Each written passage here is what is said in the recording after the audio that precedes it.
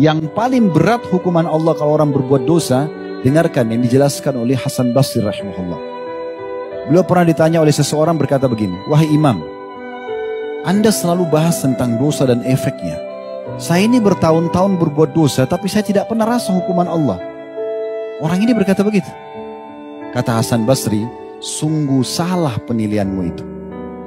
Hukuman Allah sudah sangat besar pada dirimu, cuma kau tidak sadari." Orang itu penasaran. Dia katakan, "Apa hukuman Allah?" "Saya tidak rasakan, karena gambaran dia hukuman itu adalah siksaan fisik." Apa kata Hasan Basri rahimahullah? "Saya ingin tanya, bukankah selama ini kau bermaksiat lisanmu tidak pernah berzikir kepada Allah?" Orang itu bilang, "Iya." "Bukankah tidak pernah kau mengucapkan doa?" "Iya." "Bukankah tidak pernah kau membaca Al-Quran?" "Benar." "Bukankah kau selama ini terharamkan untuk menjawab azan sholat di masjid?" Dia bilang, "Iya." "Bukankah selama ini kau tertidur tidak pernah sholat malam?" Dia bilang, "Iya."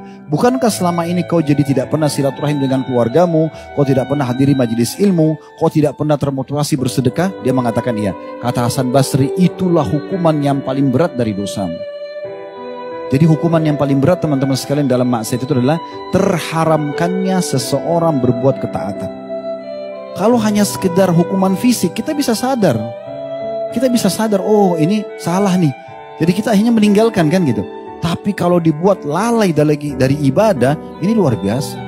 Di saat kita meninggal, saudaraku seiman, Nabi SAW sudah menyampaikan dalam sabdanya, "Sadarlah, renungilah, jadikan sebagai prinsip hidup." Kata Nabi SAW dalam hadis yang sahih, kalau anak Adam meninggal dunia akan ikut ke kuburan 3, keluarganya, hartanya, dan juga amalnya. Serta akan pulang 2, keluarga dan hartanya akan pulang.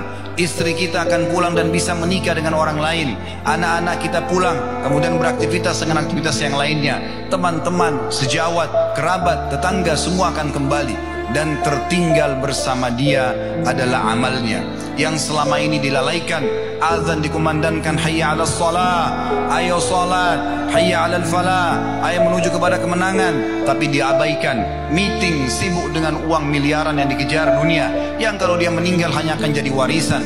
Sibuk dengan mengejar jabatan, toh juga kalau meninggal tidak akan lagi dikenang. Paling lama sebulan, 2 bulan, setahun, 2 tahun. Selebihnya sudah tidak ada lagi yang mengenang dia.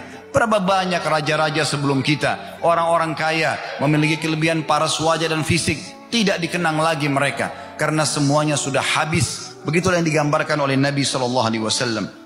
Bagaimana nanti orang kalau meninggal pas lihat malaikat maut, orang-orang kafir, orang munafik, orang musyrik, orang yang banyak dosa tidak sempat taubat kepada Allah akan menyesal. Ini Allah sudah turunkan dari 1400 tahun yang lalu. Qala rabbirji'un. Orang-orang ini yang mati tidak punya amal saleh atau dalam kondisi tidak beriman kepada Allah, mereka mengatakan, "Wahai Tuhanku, kembalikanlah aku di dunia. La'alli amalu salihan fima tarakt." Agar aku sempat mengerjakan amal saleh aku sia-siakan. Maka tidak ada gunanya. Maka beramallah sebelum kau menyesal. Oleh karena itu teman-teman sekalian, kalau seandainya di detik ini, di waktu ini, ada salah satu mayit dari kuburan dihidupkan oleh Allah Subhanahu wa taala, lalu diberikan pilihan, apa yang akan kamu lakukan? Sekarang kamu masih dikasih oleh Allah umur setengah jam hidup. Apakah dia akan kembali ke makanan favoritnya? Apakah dia akan kembali meeting miliaran rupiah? Apakah dia akan kembali lagi mengejar prestasi atau jabatannya di dunia? Demi Allah tidak, teman-teman. Dia akan melakukan setengah jam itu, memaksimalkan agar dia bisa mengerjakan amal yang paling bisa membantu dia selamat di akhirat sana, atau dia melakukan taubat agar dosanya tidak akan mendatangkan hukuman untuk dia. Oleh karena itu jangan tunggu waktu itu, karena setiap saat kita bisa meninggal dunia. Nah teman-teman, supaya kita semangat untuk mengerjakan satu perintah agama, maka kita disarankan agar selalu mencari tahu tentang keutamaan amal itu. Jadi kata kuncinya, kalau kita ingin rajin beribadah, mengerjakan ibadah apapun, mau wajib ataupun sunnah, maka saran para ulama adalah mencari tahu janji Allah di situ. Bahasa ceramahnya fadilahnya. Tidak akan pernah ada satu perintah amal kebaikan dalam Islam kecuali pasti ada keutamaannya. Ada yang Anda dapatkan. Dan kita punya hak dalam syariat, kata ulama, untuk menanyakan. Kalau saya sholat diberikan apa, kalau saya puasa diberikan apa, kalau saya sedekah diberikan apa. Karena memang semua dijanjikan seperti itu. Semuanya pasti ada janjinya. Makanya kita temukan buku-buku ulama-ulama hadis menyebutkan tentang fadilah. Fadilah solat duha, fadilah solat malam, fadilah solat berjamaah, fadilah wudu, fadilah haji, fadilah umrah, fadilah jihad, fadilah bakti orang tua, fadilah sedekah, fadilah zikir, fadilah doa, fadilah baca Quran, fadilah semuanya. Karena itu memang keutamaan. Artinya kita akan dapat. Ini nanti akan membuat kita bisa konsisten dalam mengerjakan atau istiqomah. Karena kita tahu kita akan dapat apa di situ. Syaitanirrajim wa in ta'uddu ni'matallahi la tuhsuha. Dan jika kalian menghitung-hitung nikmat Allah, maka kalian tidak akan mampu untuk menghitungnya.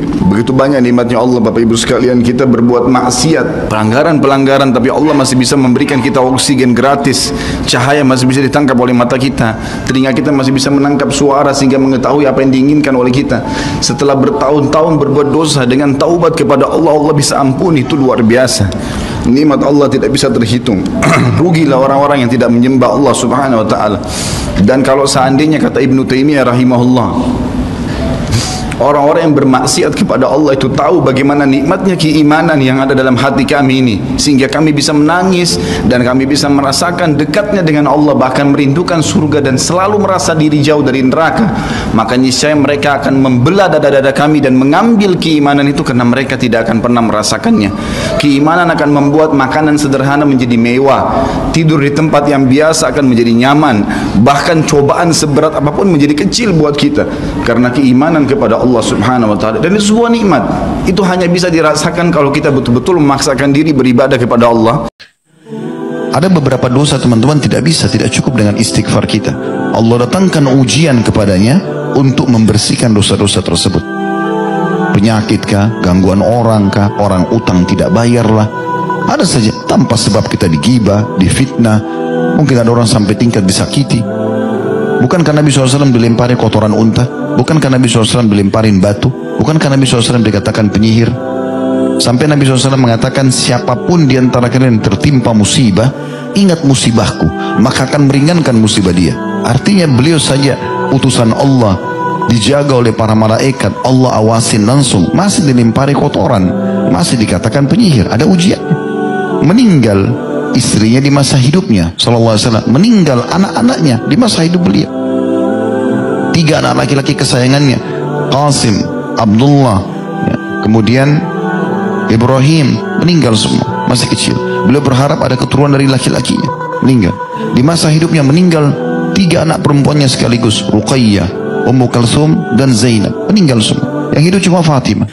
Jangan pernah membiasakan kepada anak tanya, nak mau apa? Gak perlu. Bukan bentuk tidak sayang ya, tapi biarkan Anda yang pilih, karena Anda lebih tahu harganya, kualitasnya, jaraknya. Anda lebih tahu. Kenapa harus tanya anak mau pakai baju apa, mau minum apa, mau makan apa? Biarkan Anda yang pilih buat dia. Dan biasakan anak-anak seperti itu, supaya dia terbiasa bakti. Ini awal pintu bakti. Karena kalau Anda buka, misal contoh seorang ibu bilang sama anaknya, nak pengen makan apa? Nanti ibu masakkan. Niatnya baik nggak? Baik. Tapi perhatikan apa efeknya. Kalau misalnya si anak mengatakan, saya ingin ayam goreng ibu. Lalu ibunya mengatakan, baiklah, nanti besok ibu masak. Ternyata besok, ini contoh kasus saja, ibu lupa masakin dia. Dia pas datang ke meja makan, dia buka 7 saja, dia tidak temukan ada makanan tersebut. Kira-kira apa yang akan dia katakan? Ah, ibu ini. Karena Anda sudah terlanjur janji. Apa yang terjadi? Ini kalimat ah ini bahaya. Lalu bagaimana caranya? Udah Anda pilihkan aja. Sekarang masak yang terbaik di rumah, kemudian hidangkan makan, lalu bilang, nak, ini rezeki kita hari ini, baca bismillah, makan tangan kanan, syukuri nak. Biasakan mereka dengan itu,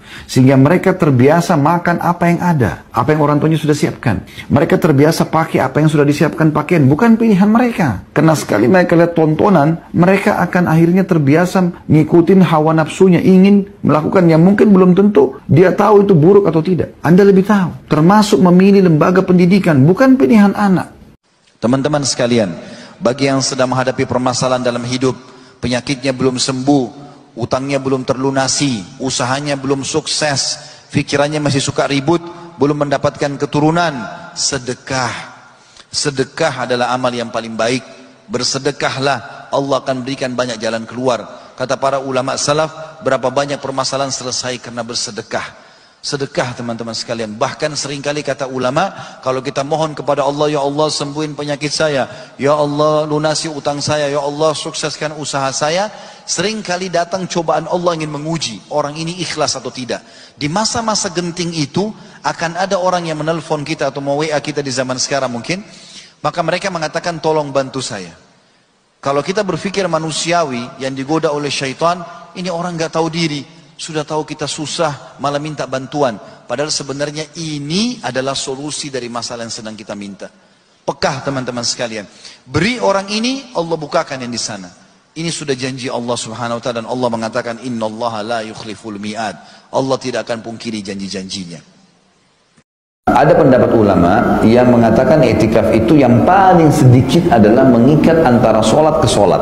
Jadi misal maghrib ke isya, duhur ke asar, asal dia niatkan i'tikaf bisa dapat pahalanya, insya Allah, gitu kan? Tapi tentu ini berbeda pahala dengan orang yang memang nginap di masjid, karena targetnya memang 5 waktu sholat di masjid, nggak boleh keluar dari masjid kecuali memang darurat sekali, baru bisa keluar. Nah ini i'tikaf. Tujuan utama i'tikaf adalah mengejar Lailatul Qadar, dan kita sudah tahu sama-sama. Lailatul Qadar, Qadar artinya takdir ya, sesuatu yang sedang ditakdirkan, karena memang di malam Lailatul Qadar itu adalah malam penentuan keputusan 1 tahun ke depan. Allah subhanahu wa ta'ala menyebutkan dalam surah Zukhruf, inna anzalnahu fi lailatin mubarakah, sesungguhnya kami turunkan Al-Quran itu pada malam yang penuh dengan berkah. Dan surah kita sudah tahu ayat yang masyhur ya, Lailatul Qadri khairu min alfi syahr, Lailatul Qadar lebih baik daripada 1000 bulan. Nah yang perlu difahami di sini Bapak Ibu sekalian, 1000 bulan itu sama dengan 83 tahun plus 4 bulan. Artinya kalau Bapak Ibu sempat ucapkan subhanallah saja, subhanallah saja pas Lailatul Qadar, maka sama dengan mengucapkan subhanallah 1000 bulan atau 83 tahun plus 4 bulan. Allahu a'lam umur kita sampai situ atau tidak, tapi yang jelas kita akan dapatkan pahala itu.